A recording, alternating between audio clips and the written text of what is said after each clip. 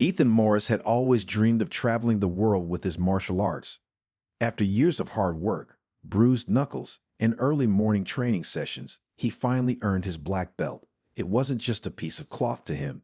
It was proof that every drop of sweat, every ache, and every fall had been worth it.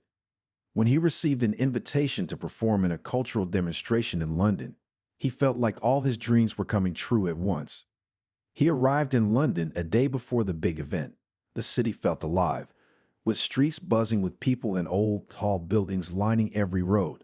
Ethan could barely believe he was standing so close to Buckingham Palace.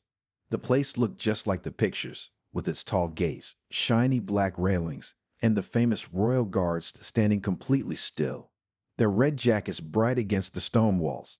They didn't blink, didn't flinch, and stood like statues, guarding the palace with serious faces. The event was planned to happen right outside those very gates. Martial artists from different countries had gathered, each ready to show their culture through movement, strength, and discipline. Ethan felt a mix of nerves and excitement. He had performed in front of crowds before, but never in a place with so much history, never this close to royalty. The morning of the performance arrived, and the air was crisp. People crowded near the gates, cameras ready, voices buzzing with excitement. Music played softly in the background, setting a peaceful mood. Ethan warmed up along with the others, stretching his legs, rolling his shoulders, and going over his routine in his head one last time. It was a simple set of moves, ending with a high spinning kick, the one he had practiced 100 times. Soon, it was his turn. The crowd clapped as he stepped forward onto the open space, the palace gates behind him, and the motionless guards standing just a few feet away. Ethan took a deep breath and started his moves. His arms sliced through the air with sharp, controlled movements. His feet moved swiftly, each step landing with quiet strength. The crowd seemed to lean in closer, impressed by his skill.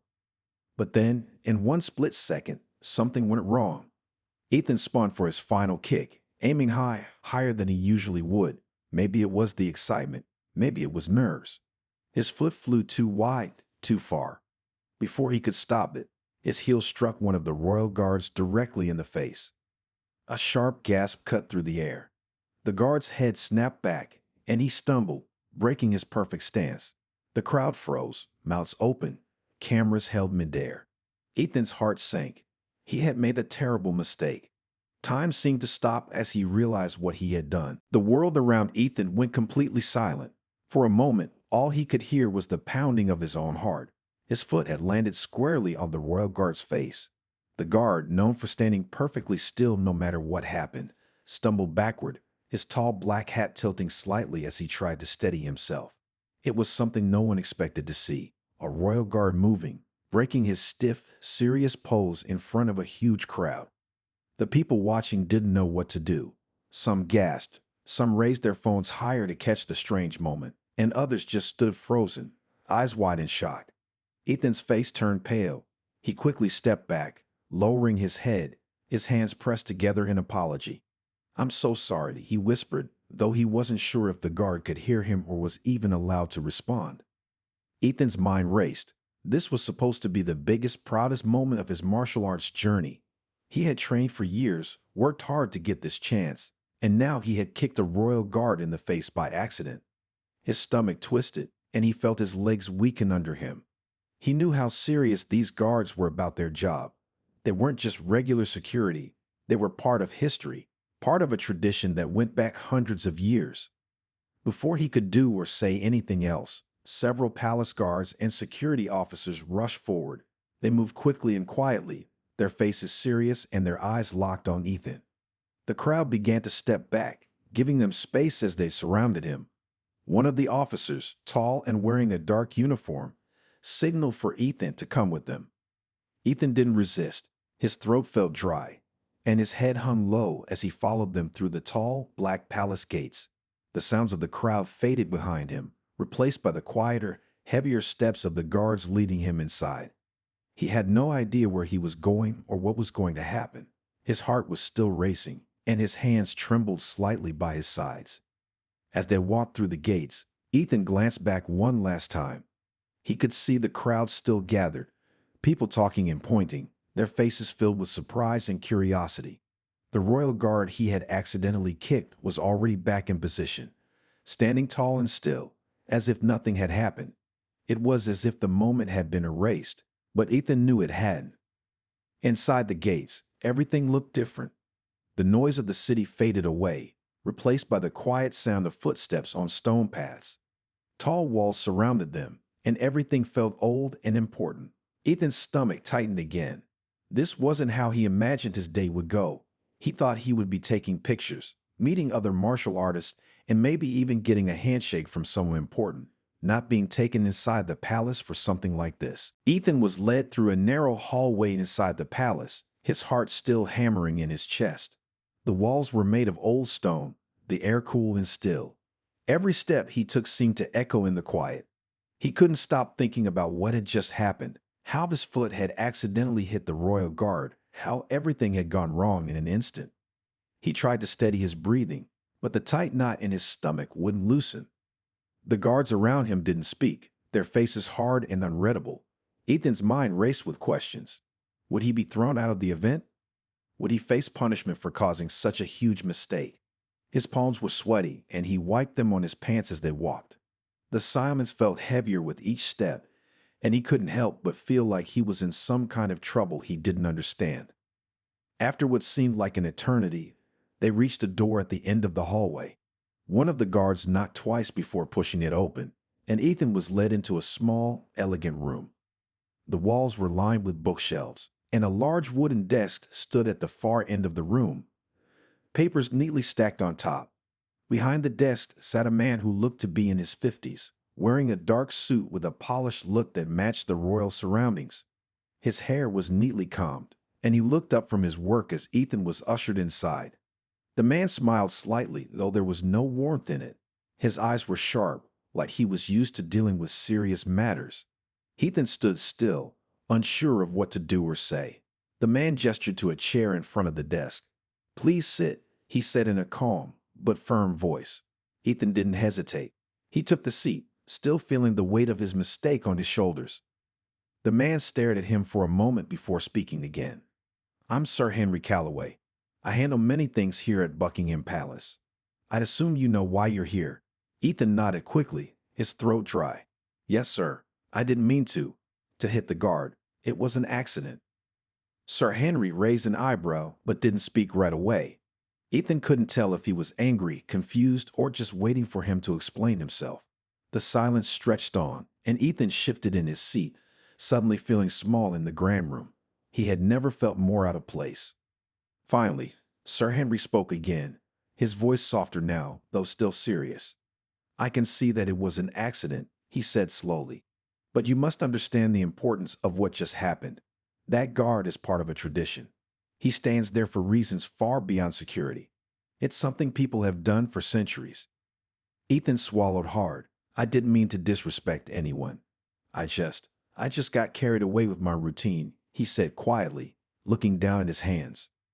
Sir Henry leaned back in his chair, studying Ethan. For a moment, there was only the sound of the clock ticking in the background. Ethan couldn't tell if he was angry or if he was about to be sent away.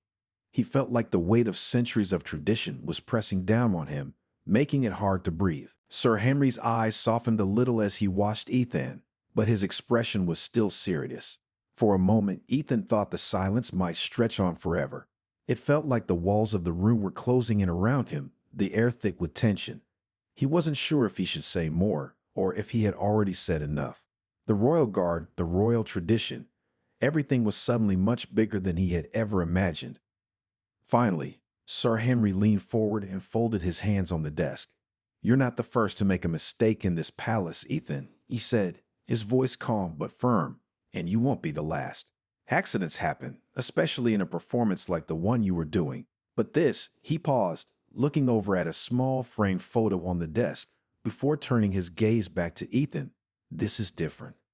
Ethan's stomach dropped. What did he mean by different? Had he ruined everything? Would he be kicked out of London? Or worse, banned from ever returning to the Uck? The thoughts spiraled through his mind, and his hands clenched in his lap. Sir Henry must have seen the panic on Ethan's face, because he gave a small, almost amused smile. "Don't worry, I'm not going to have you thrown in prison. but we do take these things seriously." Ethan let out a breath he didn't realize he was holding. "Thank you, sir," he said quietly, though he still didn't know what was going to happen next. Sir Henry nodded. "You'll have to speak with the palace security, of course. They'll handle things. But there is another part of this that you should know." He leaned back in his chair, as if deciding how much to share. "The royal guards, as you've probably noticed, are not just regular soldiers. They are part of something older, something more than a simple security detail. They belong to a tradition that goes back centuries. They don't just stand still. They are trained in ways few people ever see. They train not only to guard, but to fight, should the need arise." Ethan's mind raced as he tried to process what Sir Henry was saying. He had always respected the royal guards, admired how they stood motionless for hours without showing any sign of weakness. But he hadn't known they were trained fighters. To him, they were symbols of British history, a living part of the royal family's legacy. Hearing that they could fight, that they knew combat in a way similar to his own martial arts, was both shocking and humbling. "Are you saying I'm not the first person to accidentally cause trouble with a guard?" Ethan asked, trying to keep his voice steady. Sir Henry gave a small chuckle. "No, you're not the first," he said. "Though most of the time the guards are trained to remain still, it's not often they are tested in real combat. But we do allow our guards to train in private. Only a few people, like myself, are allowed to watch." Ethan's curiosity was piqued. "Train in private? What do you mean?" Sir Henry smiled again, but this time there was something different in his expression. "Let's just say that being a royal guard is about more than standing still." He stood up from his desk and walked toward a door at the back of the room. "And I think it's time you saw that for yourself." Sir Henry opened the door, revealing a narrow hallway lit by soft, warm lights. He motioned for Ethan to follow, and without saying another word, he led him down the hallway. Ethan walked quietly behind him, his mind racing with questions. What did Sir Henry mean by seeing it for yourself? He hadn't expected anything like this. After all, he had only come to London to perform, not to get caught up in royal secrets. As they walked, the hallway seemed to get quieter, the air heavier with each step. The walls were lined with old paintings and dark wood paneling. Ethan couldn't help but notice how different everything felt compared to the busy streets of London just outside. This place was old, full of history, and he suddenly realized how small he felt, how little he really knew about the world he had stepped into. They reached a small door at the end of the hall, and Sir Henry knocked twice before opening it. The room inside was much larger than Ethan had expected. It was a wide, open space with high ceilings, the floor covered in thick mats. At first, Ethan thought it was some sort of private gym. But then he noticed the men inside, royal guards, dressed in their traditional red uniforms but with their hats off, moving with precision. They were sparring. The guards moved like trained warriors, each strike and block flowing into the next with fluid, practiced ease. It was nothing like what Ethan had seen before. These weren't the stiff, silent statues he had seen standing outside Buckingham Palace. No, these guards were fast, strong, and skilled in ways he never imagined. Ethan stood frozen at the door, watching as two guards went at it with quick, sharp movements. Their fists collided with controlled force, and their feet kicked out with precision. It was like watching a dance, but one where each move could easily turn into something much more dangerous. Sir Henry stepped inside, and Ethan followed, his eyes still fixed on the sparring guards. "As you can see," Sir Henry said quietly, "these guards are trained in a martial art of their own. It's a secret, of course, known only to a few. We call it the art of the guard." Ethan's breath caught in his throat. He had never seen anything like this. The way the guards moved, the strength and speed in each motion, it was impressive, even a little intimidating. He could see how each guard was not only skilled in defending, but in attacking too. They were a force to be reckoned with, and Ethan, for the first time, felt a little out of his depth. Sir Henry smiled as Ethan watched, his eyes twinkling with a hint of pride. "The royal guards aren't just standing still to look pretty, Ethan. They are trained to protect, to defend, and if necessary, to fight. But most people never see this side of them. You've had a rare glimpse." Ethan nodded, feeling a mix of awe and humility. He had come here expecting to show off his own skills, but now he was learning something new, something far beyond his usual understanding of martial arts. These guards were not just symbols of the British monarchy. They were warriors in their own right, masters of a craft he had never imagined, and he had accidentally stepped into their world. Ethan stood in the doorway, his eyes wide as he watched the guards spar with skill and precision. The movements were sharp, controlled, and graceful. It was clear that these men were experts in a style of fighting that Ethan had never seen before. As the two guards exchanged blows, it felt almost like he was watching a well-rehearsed routine, except everything was done with the seriousness of real combat. Sir Henry stood beside him, his arms crossed, watching the sparring match with an almost casual interest. Ethan couldn't tear his eyes away from the action. The guards' punches were fast, their feet light and quick as they moved across the floor, blocking and countering each attack with ease. It wasn't just about strength. It was about timing, precision, and knowing exactly when to strike. "This is the art of the guard," Sir Henry said quietly, his voice steady as he spoke about the training. "It's a combination of several martial arts, passed down through generations of royal guards. It's designed for one purpose: to protect the royal family at all costs." Ethan nodded, still watching the guards with awe. He had never seen anything like this before. The way they moved, how fluid they were in the fight, it reminded him of his own training, but it was different somehow. It wasn't just about learning techniques. It was about perfecting every movement until it became second nature, until the body knew exactly what to do in any situation. "How long did they train like this?" Ethan asked, finally tearing his eyes away from the sparring guards to look at Sir Henry. "Years," Sir Henry replied simply. "It's a lifelong commitment, not just to the job, but to the tradition. These men are chosen for their discipline and their ability to remain calm under pressure. It's more than just physical skill. It's about mental strength, focus, and loyalty." Ethan took a deep breath. He had trained for years himself, but this was something else entirely. The discipline it took to be a royal guard, to stand for hours without moving, and then to switch to such fast, precise combat. It was a level of training he had never imagined.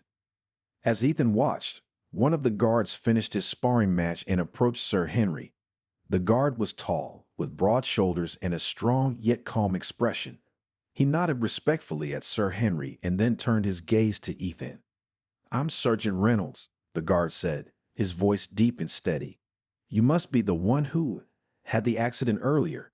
He paused for a moment, then smiled slightly. "Don't worry, I'm not here to scold you. Accidents happen." Ethan didn't know how to respond at first. He had expected some kind of punishment, maybe even anger. Instead, Sergeant Reynolds was calm and almost understanding. "It was an accident," Ethan said, his voice quiet. "I never meant to hit you. I just got carried away during my routine." Sergeant Reynolds nodded. "I know. And believe me, it's not the first time something like this has happened.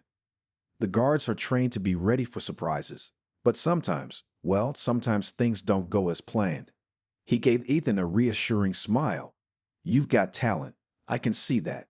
Just don't forget that even in martial arts, timing is everything." Ethan felt a rush of relief. He had expected judgment, but instead, he was being met with understanding. It was clear that Sergeant Reynolds wasn't angry. He was offering something much more valuable: advice. And for Ethan, that was something he hadn't expected to find today. Sergeant Reynolds' words hung in the air, and Ethan couldn't help but feel a mix of respect and admiration for the man. "Timing is everything," he repeated quietly, thinking about how much truth there was in that statement.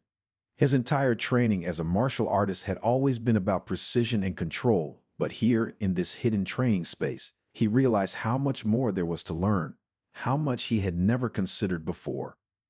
The guard gave him a nod and motioned to the mats where the other guards were now cooling down, wiping sweat from their faces and taking deep breaths. "Come on," Sergeant Reynolds said with a slight grin. "Let me show you a few things. We're all about tradition, but that doesn't mean we can't learn from each other." Ethan hesitated for a moment. He hadn't expected to be invited to join in. After all, these men were royal guards trained in a style that was a secret to most. But there was something about Reynolds' calm, easygoing attitude that made Ethan feel like maybe, just maybe, he could fit in. With a deep breath, Ethan nodded and stepped onto the mat, feeling the weight of the situation settle into his chest. This is where it gets interesting, Reynolds said as he motioned to another guard who was now standing with a training sword in hand. The Royal Guard training is not just about hand-to-hand combat. It also includes weapons, using everything from swords to staffs. It's about being prepared for whatever might come your way. Ethan watched as the guard with the sword moved fluidly across the mat, his strikes precise and quick. The sound of the sword cutting through the air was sharp, each movement practiced and deadly. We don't just train to fight with our fists, Reynolds continued. We train to defend with anything. The sword is just one of the tools we master. Ethan's mind raced. He had never trained with a sword before, but now he was curious. He had always focused on empty-hand martial arts, kicks, punches, and the discipline of his body. But here, in this space, there was something else. Something that combined art with war, skill with practicality. And it wasn't just about physical strength, but also about a deep understanding of your environment and how to use everything around you to your advantage. Reynolds turned to Ethan and handed him a wooden practice sword. Give it a try. No pressure. Just see how you feel with it. Ethan took the sword, feeling its weight in his hands. It was heavier than he expected, but it felt natural in his grip. As he held it, he couldn't help but feel a rush of excitement. This was something new, something he hadn't trained for, and yet it felt right. He could see how it could connect to his own martial arts background, how every strike and movement could be an extension of his body, like a perfect dance between his mind and the sword. He raised it slowly, mimicking the movements he had seen from the guards. The sword felt awkward at first, but as he made the motion again, it started to feel more comfortable. Reynolds watched closely, nodding in approval. Good form. Keep your balance. Every movement has a purpose, whether it's with your hands or with a sword. Ethan could feel the connection growing, piece by piece, as he practiced the moves. He wasn't just learning to fight with a sword. He was learning a new way of thinking, of moving, of seeing the world through the eyes of a royal guard. And for the first time that day, he felt a sense of peace. He wasn't in trouble anymore. Instead, he was part of something much bigger than himself. Ethan continued to practice with the wooden sword, his movements becoming smoother and more confident. The guards watched him quietly, exchanging small nods of approval. He could feel the energy of the room shift as he focused more on his form, each swing of the sword feeling more natural than the last. For the first time since he had accidentally kicked the royal guard, he felt like he was part of something real, something meaningful. Reynolds stood by, giving Ethan small tips here and there, helping him refine his technique. Good, Ethan. Keep your stance firm. Remember, it's not just about power. It's about control. Every move should flow into the next. Ethan nodded, taking the advice to heart. He was surprised by how much he was learning in such a short time. He had always thought of himself as a skilled martial artist, but now surrounded by these royal guards, he realized how much more there was to know. After a while, Reynolds stopped him and motioned for the other guards to gather around. That's enough for now, he said. You've got potential, Ethan. But there's something important you need to understand about the Royal Guard. Ethan wiped sweat from his brow and stepped back, eager to hear more. Reynolds' tone shifted slightly, becoming more serious. Being a Royal Guard isn't just about fighting or defending the royal family. It's about something deeper. It's about loyalty, discipline, protecting not just the crown, but the values we stand for. It's a bond that's unbreakable, and it shapes every part of our lives. Ethan stood still, taking in the words. It was different from anything he had ever learned in his own training. Martial arts had always been about self-improvement, about pushing his limits, about becoming the best version of himself.